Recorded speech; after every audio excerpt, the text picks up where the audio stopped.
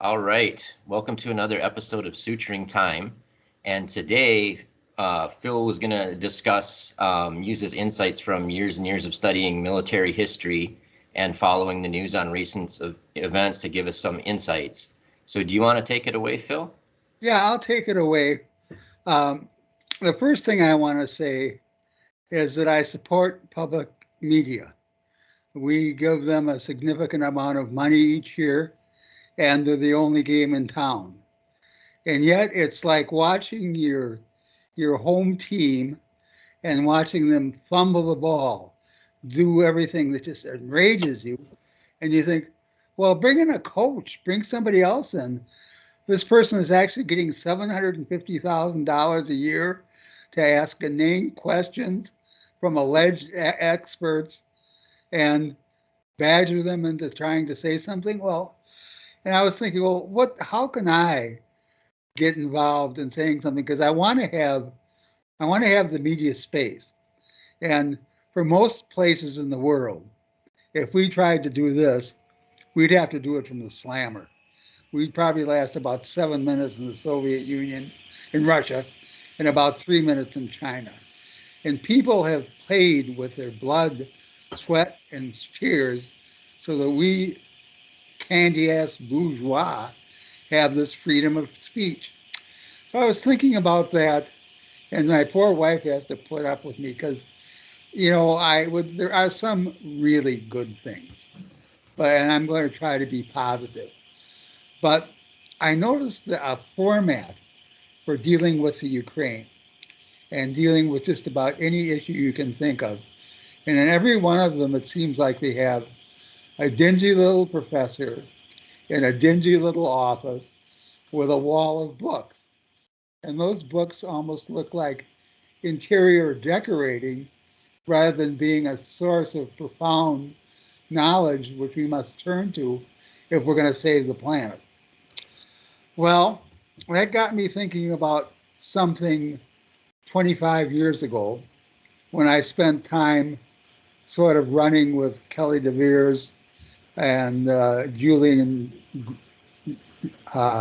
Breen and some other military historians who sort of invited me into their discussions, even though I had no professional credentials.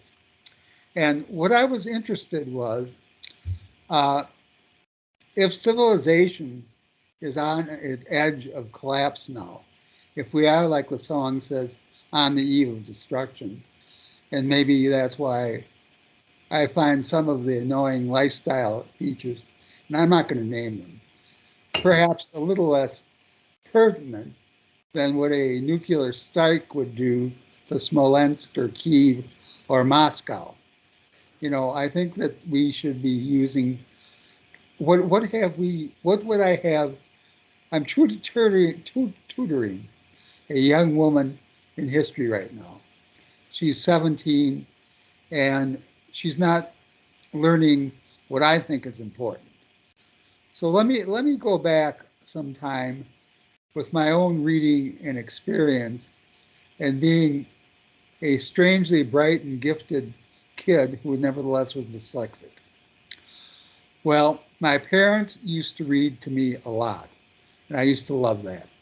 They would uh, they would read to me between innings of baseball games and between halves of football games, and if there was a double header, that was really good because they could read like almost an hour between the games. He used to play two baseball games in a row, and I always would get read to. And then my father started to bring books home for me, and try as I might, because of my dyslexia, I couldn't really read them. The first book that I read, that my father initially read to me, was Bruce Canton, or no, uh, Bruce Catton, The Stillness at Appomattox. And Bruce Catton won a National Book Award, and they put together a collection of young adult. McKinley Cantor wrote Gettysburg, and that was the book that my father read to me first. And I developed the will somehow or other that I could turn that dyslexia into an asset by reading comic books. I won't go into the whole deal, but I went from the real slow reading group to the top reading group. And it turns out that Landmark Books had a whole series of books. There were like 50 of them. We had a big library, and by the time I was in fourth or fifth grade, I was carrying satchels of them home every weekend and reading these 160 and 180 page books in a half an hour. And those books changed my life because I got a picture of another world other than Madison, Wisconsin. I remember in the book about the Battle of Gettysburg, there was a chapter entitled "Ja, Ya, Ya, the Rebs, the babies," and what it was about was when the Southern Army came up, they tried to win the Civil War by outflanking Washington, D.C., and invading into south central Pennsylvania. And they were very low on supplies. This is in the 1863. And Robert E. Lee was a brilliant but merciless general. He fought like a Nazi. He was technically just a a genius, but not a compassionate man. And part of what he did when they went north is they foraged. And the story went that a number of Confederate troops were quartered in the houses of the what they called them at the time Pennsylvania Deutsch, and those were Pennsylvania Germans. And they were people who had come from the old world to escape this stuff. They didn't want any more civil wars. They didn't want religious wars. They wanted to raise a family, live in freedom, worship the way they want, and get the government off their back. And so when they found that they were quartering soldiers again in their houses, they weren't happy. And some of the women gave these rebel boys who were 17 and 18, looking like killer angels, the cold shoulder. We have no food for you. We have nothing for you. And so one of the rebels looked at this fat baby and said, I've never eaten babies. And I guess everything came out after that. They put it all down. And there was another scene where there was a general that he was famous. He was a union logician. And logistics is what the real business of war is about. You get your supplies, you get your weapons, you outflank your enemy, you cut off their supplies, and then they surrender. The Russians, incidentally, have not been able to do that with the Ukrainians. So there was this general that was famous for getting his troops there fast. And at that particular time, shoes were issued in a way that they didn't have right and left feet. They were the same. And if those shoes got wet and they dried out marching, they were like steel. They cut your feet apart and you march on bloody stumps. So this general made those soldiers march through a creek rather than cross on a little bridge. And they said when the battle opened fire, they counted 160 cannonballs or bullets, 160 bullets that hit that general. So what the point I'm getting from this is it wasn't just in Vietnam that officers got fragged, and wars have never been really that popular with America. Nevertheless, I went on then and I took geopolitical courses at UW-Madison. And that's where you read the stuff that the policymakers and sometimes a few really bright kids who are part of these programs, not so much anymore, actually end up growing up being policymakers. Now, what happened to me, I could put a lot of in between there and talk about the reading I did in the State Office Building Library, but I'm not going to talk about that so much is I'm going to say that in 1962, we had something called the Cuban Missile Crisis. And that's sort of vaguely on people's minds. Most people up here remember it as a time when the National Guard was mobilized and the Green Bay Packers were sent to Florida, a number of them, and they got special privileges to come back and play. But we studied a year after the Cuban Missile Crisis, in which what had happened was the United States and the Soviet Union had both defined each other as being their very existence and their policy was an existential threat. Khrushchev had put nuclear capability missiles in Cuba, and we had found them. And he said he wasn't going to take them out. And if he did not take them out, then the Strategic Air Command was going to use nuclear weapons on Cuba. And it came so close that Khrushchev and Kennedy did not have a proper line of communication. They had like stuff cobbled together. You couldn't just pick up a phone and say, "Give me Khrushchev."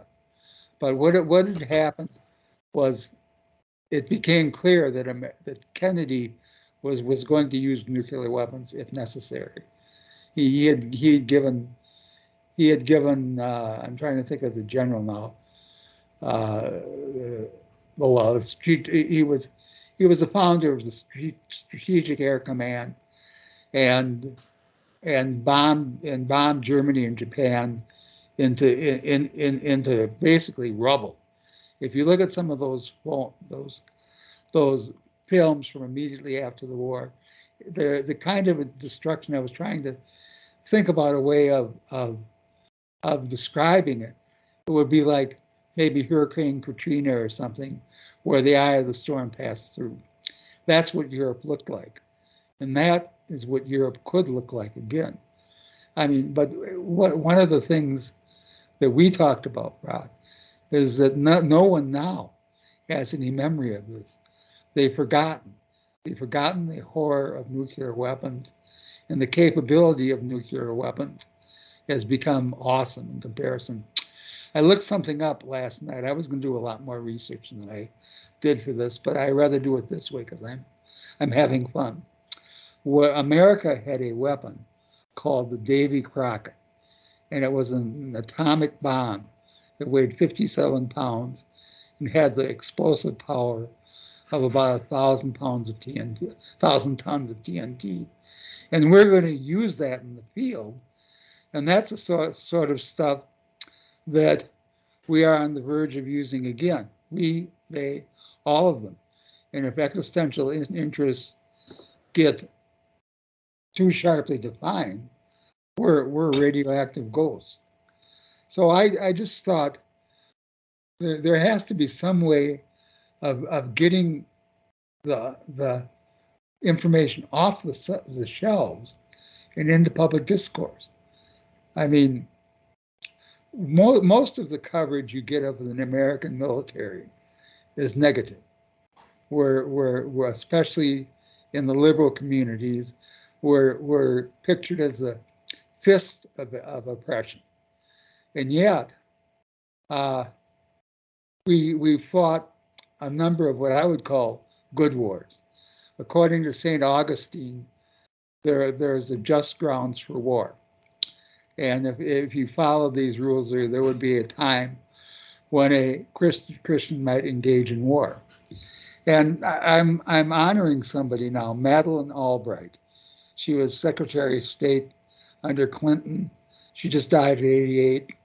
And she was responsible for intervening in Bosnia when Serbians were massacring thousands, maybe tens of thousands of Muslims, something that Muslims that had lived there for 400 or 500 years.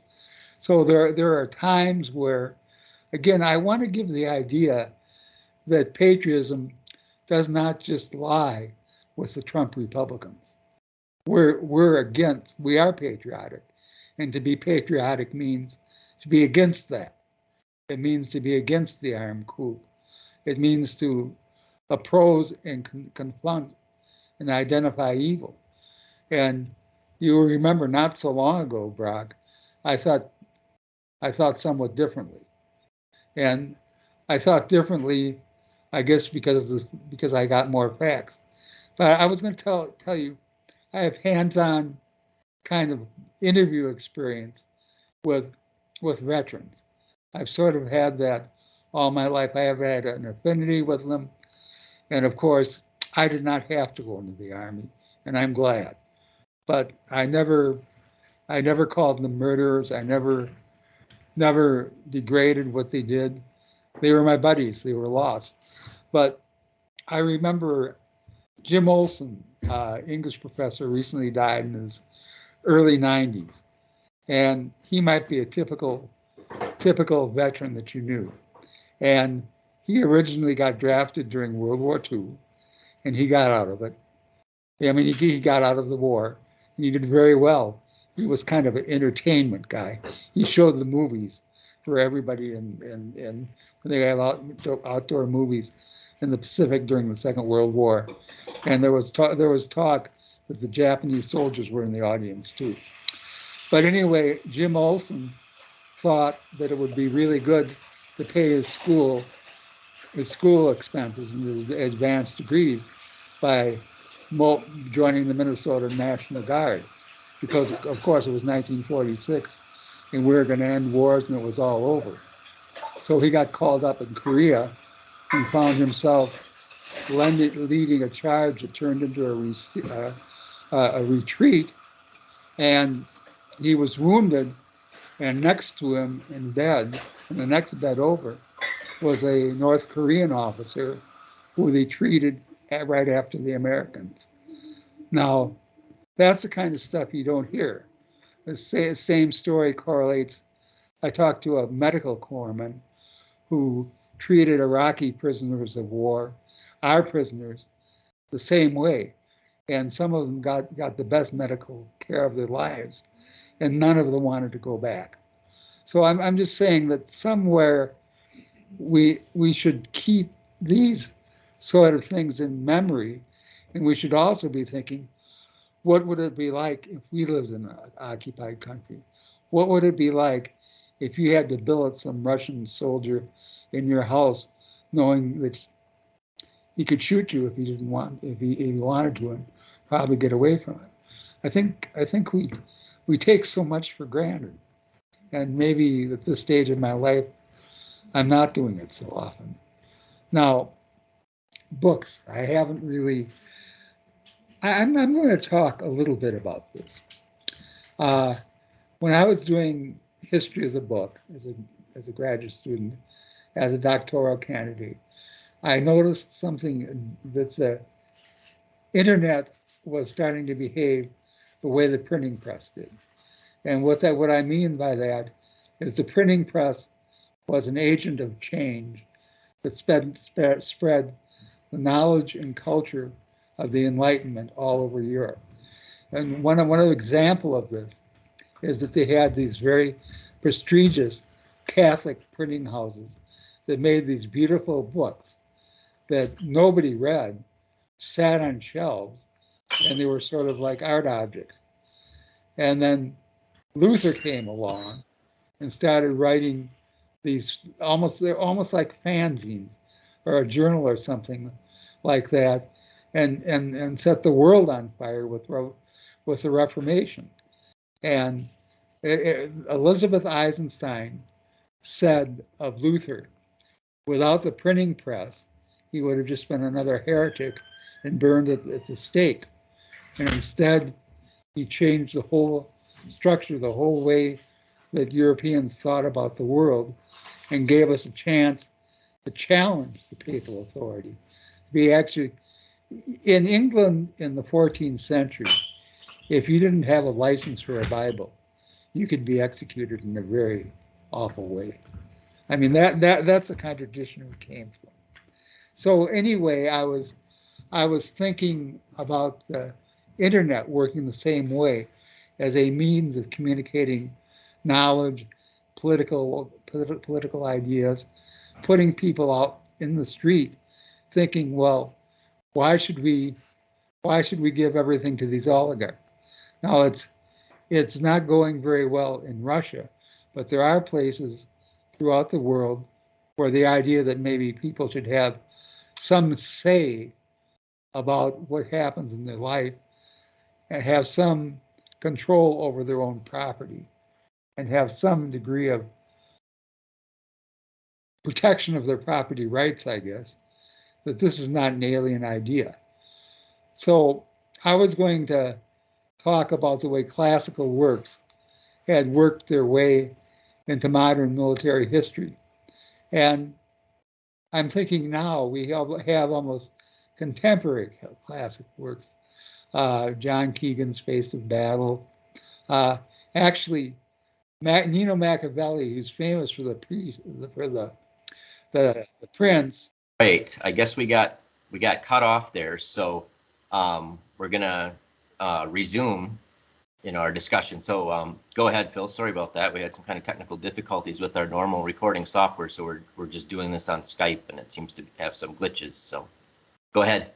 Okay. Well, I thought of a way of putting a conclusion together, and at the same time keeping this open for further discussion. Okay. I'm thinking about a teacher I had probably 57 or 58 years ago at UW-Madison. And at that time, we were taking political theory and we were reading a number of classic works. And the thing that I was very interested in is what they called Machiavelli's uses of history. And Nino Machiavelli, as I said before, wrote The Prince, The Discourse, and a number of other things. But his idea was that if you could study the past, then you would not make the same mistakes again and again. And what you would have to do is try to set up a situation where fortune did not triumph over virtue.